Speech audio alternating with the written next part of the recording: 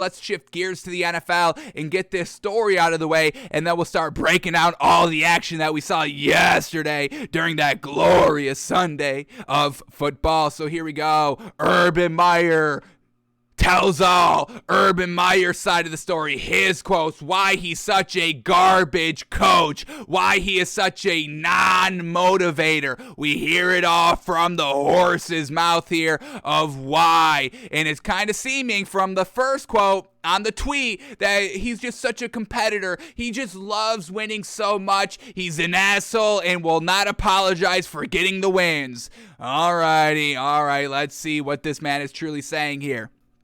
So former Jaguars coach Urban Meyer discusses his firing, apologizes to Jacksonville, saying, quote, losing eats away at your soul. Once you start losing, it's hard on everybody. So once again, it's Urban Meyer saying, hey, I'm a true competitor. I've got such a competitive spirit that once the losing starts to happen, I just start seeing red and I go manic and I start kicking and physically assaulting grown men. Folks, we said this all the time when we've been talking about this whole Urban Meyer saga from the beginning of why we didn't even think he would make a good coach in the beginning.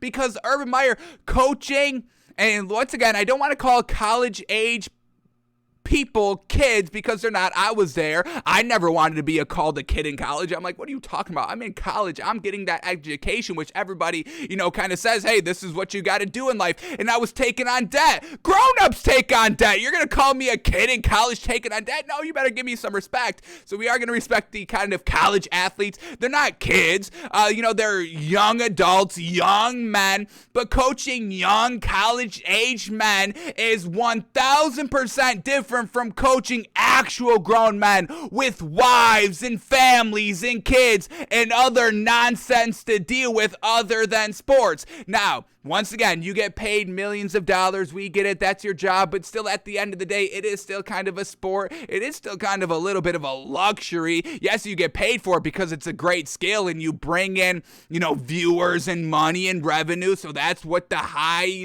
price is. But at the end of the day, it is football. It is a sport. And that is not the main focus of these players' lives. Maybe some of them, the ones that are going for the greatest of all time, Aaron Rodgers, Tom Brady seems to take it, probably the most serious out of all the players. Doing the right things on their off time, not partying, and there's players that, do care about winning and want to get into the Hall of Fame and be the best of the best. And there are some players that are like, yeah, this is good, but I'm here to collect a check. So, you've got to know that you're coaching all these different personalities in the way that Urban Meyer coaches, physically, assaulting his kickers, calling out all of his coaches all the time. That's just not the way you coach in the NFL. We've never seen any coach do that and have success. So why would Urban Meyer be the exception to the rule? Of course he wouldn't. So let's read all of these quotes here. I don't really care about the lead-ups to the quotes. We've read enough about Urban Meyer and what he's done and all that. So we're just going to skim through the quotes here. I just want to hear what Urban Meyer is saying and what his words he's putting to his actions and all that. So here we go. Let's start reading some Urban Meyer quotes. These are all new after he got fired over the last couple of days. So let's see what this man is truly saying. So quote here by Urban Meyer, quote, I just apologized to Jacksonville. I love Jacksonville. It's one of the reasons I took the job. And we know he loves Oh, no, that was in Cleveland. Never mind. I was going to make another lap dancing joke, but all right, we're over it. I just apologized to Jacksonville. I love Jacksonville. It's one of the reasons I took the job. I still think Shad's a great owner. It's heartbreaking. I just had a dream of it becoming a destination place with a new facility he agreed to build, and someday to walk into that stadium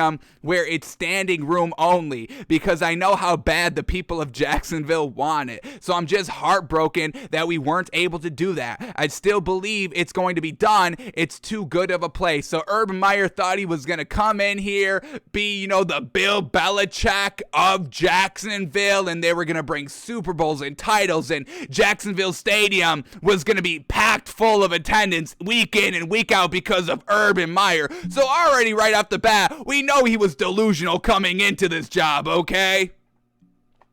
All right, let's keep going here. Another quote, I tell people losing eats away at your soul. Once you start losing, it's hard on everybody. I thought at one point when we won 2 out of 3 games, there was some momentum, great energy. The defense was really playing well. We were running the ball. And then when that dried up on us, then we started turning the ball over. We had that bye week, and then James Robinson got hurt, and then you never played him again and all that.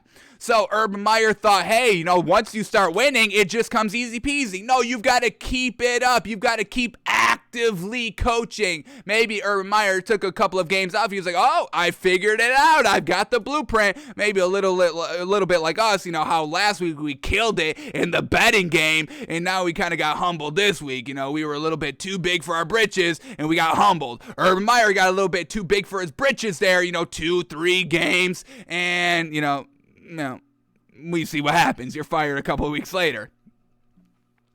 All right, another quote here.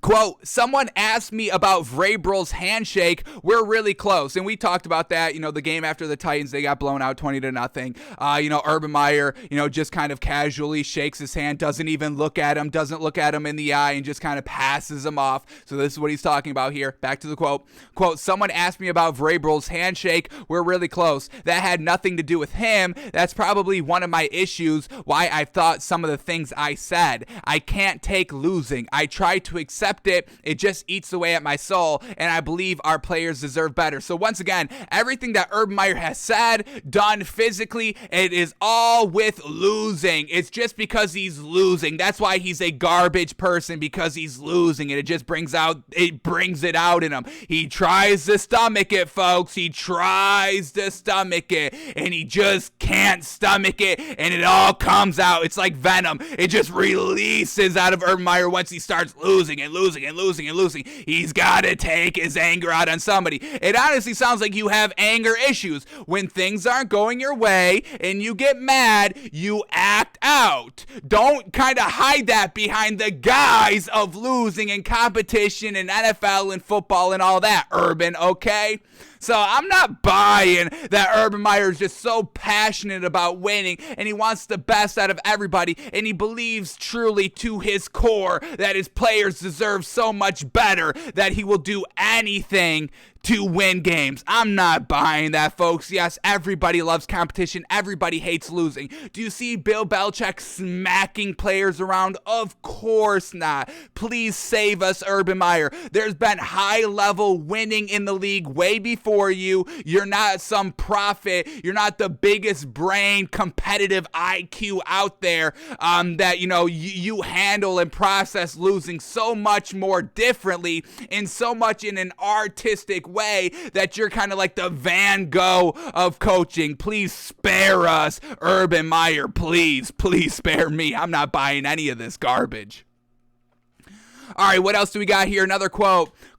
It was like, wait a minute, where is this coming from? I've certainly made a few mistakes, but those weren't right. Let's go back. Let's see what he's talking about here. To NFL.com, Meyer said the incident with Jones was not accurately portrayed. Jones spoke out on the argument, so that's the argument inside the locker room that kind of got blown up and that he kind of had to leave and all that. So once again, Urban Meyer says, quote, it was like, wait a minute, where is this coming from? I've certainly made a few mistakes, but those weren't right.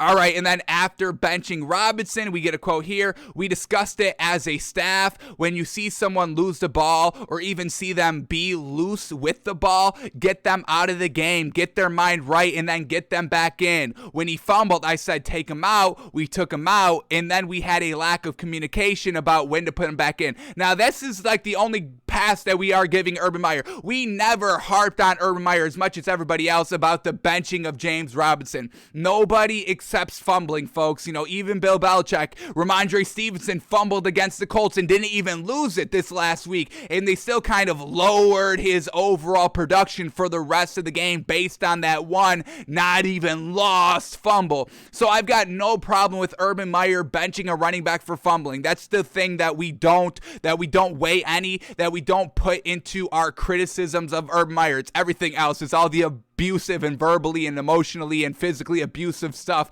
that he's doing over here. That's the stuff that we've got a problem with.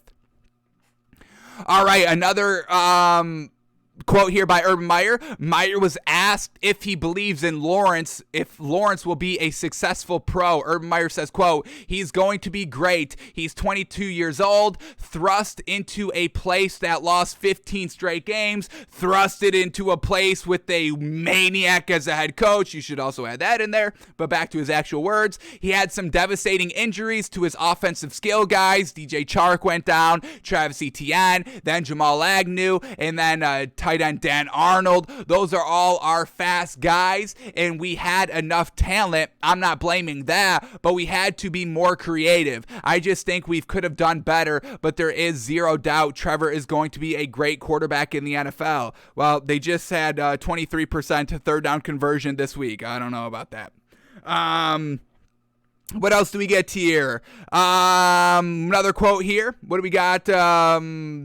Here we go. After a tumultuous week, Jaguars players met the media on Thursday to discuss the firing. Lawrence wished Meyer the best and said he appreciated the work done, but said, quote, some changes needed to be made. This was the quote by Lawrence. We don't need to read that. We've already read that. Then we get a quote by Darrell Bevel. We don't care about that. We're just looking for Urban Meyer quotes. Anything else here? Is this Urban Meyer? Who's saying this? Who is saying this quote right here?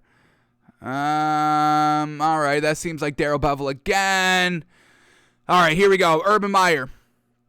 The last second win over the Dolphins says, quote, we won that sucker in London. It was like we won the Super Bowl for those guys. Then we came back after a 31-7 loss to Seattle and beat the Bills 9-6. And it was like, okay, here we go. The defense was hanging in there and offense was making strides. And then after that, we couldn't score. We couldn't score. And yeah, we've been talking about that actively. This Jaguars team, they can't move the ball consistently. They can't score consistently. So instead of Urban Meyer trying to come up with an actual game plan and outreaching to his coaches, he decided to berate them and harass them and demand a PowerPoint presentation about why they're good coaches and what they've done on their active coaching resume. So instead of just looking for answers, he's belittling everybody else, and nobody's going to, when you get put down, does that make you want to kind of get better and try? No, you're resenting that coach. You're being like, oh, that dude doesn't think I can do it. Like, well, then I'm not going to do it. Like, you're actively putting me down.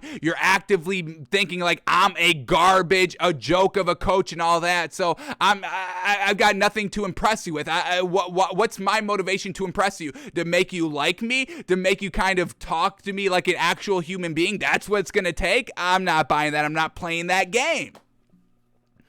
What else do we get here? By Urban Meyer, quote, you push people really hard to find their greatness, but you treat them like gold. I thought that's what we were going to do, and we were going to win. It was really good for a while. It was really good for a while until it wasn't, because once again, winning cures everything, but then once everything starts to lose and you're losing, even Urban Meyer even said it, he couldn't stomach it, and then he unleashed on the entire team, and we all saw how they all responded to that. They didn't really like that. Once again, because these are grown men. These aren't young adults in college, folks. All right, let's, this is the last, we get two more, one big one, one small one, so here we go. One more quote here by Urban Meyer says, quote, I think college has changed quite a bit too. Just society has changed. And now he's going to blame society for his own, maniac behavior. Here it is. I think college has changed quite a bit too. Just society has changed. You think how hard you pushed. I believe there is greatness in everybody, and it's the coach's job to find that greatness however you do that. Positive encouragement, pushing them to be greater, making them work harder, identifying flaws and trying to fix them. I think everything is so fragile right now. Here we go. He's blaming the fragility of society. I think everything is so fragile right now, and that includes coaching staffs. When I got into coaching, back in my day, in 1970, when I got into coaching, you could beat the fuck out of your players. You could absolutely tear their helmet off, give them a 1-2 punch, and say, get better, you pussy boy. You can say that to them and nobody blinked an eye, and then they would go out there and not get any better, and then you'd be having the same, argument and discussion the following week. So back in Urban Meyer's day, you could say all that. Back to the quote, pushing them to be greater, making them work harder, identifying flaws and trying to fix them. I think everything is so fragile right now, and that includes coaching staffs. When I got into coaching, coaches weren't making this kind of money, and they didn't have agents. Everything is so fragile. So Urban Meyer is saying, hey, I get paid all this money. I can hit these guys. I can verbally abuse these people because I'm getting paid millions of dollars. Everything is so fragile right now, right, guys? When I got into coaching, coaches weren't making this kind of money, and they didn't have agents. Everything is so fragile where it used to be team. I remember talking about it in a staff meeting 3 days ago. I got into this profession because I had the greatest high school coach, and it was all about team, all about the huddle. And then I found I loved the players. I loved seeing players develop, seeing Michael Thomas go from Michael Thomas to being the highest paid wide receiver in the NFL. And my gosh, Rudy Ford, who everyone told us couldn't play, he's a great player. Dwayne Smoot, Cam Robinson. There was a narrative about those two players. They are as good of people, as good of players as I've ever coached. I've always thought there was greatness in people. It's our job to find that. So that's all Urban Meyer was trying to do, folks. Oh, we got it wrong. Everybody else got it wrong. He was just trying to get the best out of his players, and that's how he knew how to do it. Kicking the kickers, verbally abusing the coaching staff, getting into arguments with your players and having your players storm out because they can't even respect you of what you're saying and what your criticisms are, benching your best players and not letting them get back into the game. That's what Urban Meyer was trying to do. Urban Meyer is just a misunderstood genius, folks. Oh, fools on me for calling this man out and saying that this man's a bad coach. I'm wrong. We're wrong. He's the greatest coach of all time, folks. How could we be so blinded? We forgot 3 wins is good. We forgot 3 wins is good in the NFL. Man, oh man, Bill Belichick is the worst coach of all time. We're foolish. It's Urban Meyer. He's the greatest, right, folks?